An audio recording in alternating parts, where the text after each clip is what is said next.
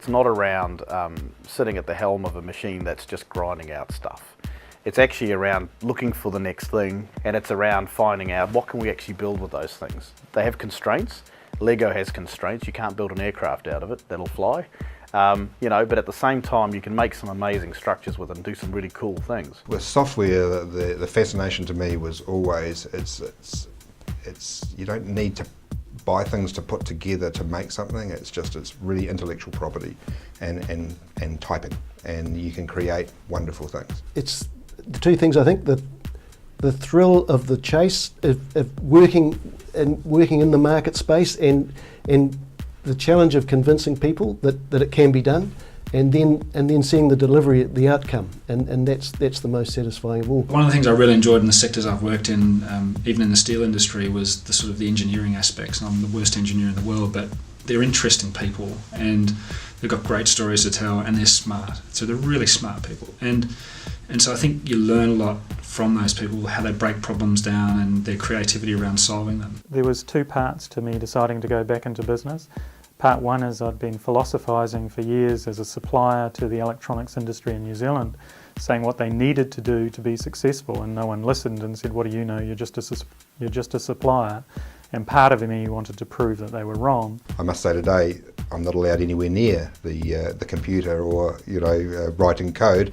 Now we've got very well skilled young university graduate software developers who like to keep me and my hands away from the real stuff, so I can just concentrate on running the business and building the strategy. A lot of people say, well, why are you still with a large multinational? Why don't you go out on your own and do something else? Well, actually, I like the scale that the company gives me. I like the scale of what I can do working for the largest IT company in the world. It's fantastic. One of the insurance companies, they went from dealing with IBM to dealing with just a small bunch of lads in Takapuna, and they put their trust in us, and we delivered. And the CEO at the time, he was getting close to retirement. He'd had some medical problems. He invited me up to the boardroom and he said to me, Noel, I now put you in the same category of trust as my surgeon, and that's something I've never forgotten. What's happened over the years is, we started with HR software products.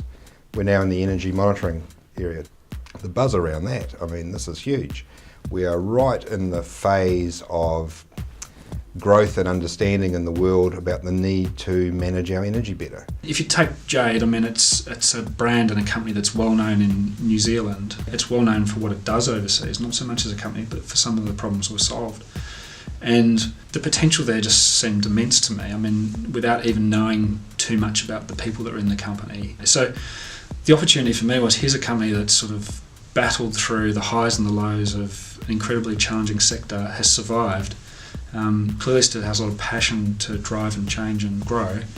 Why wouldn't you want to be part of that?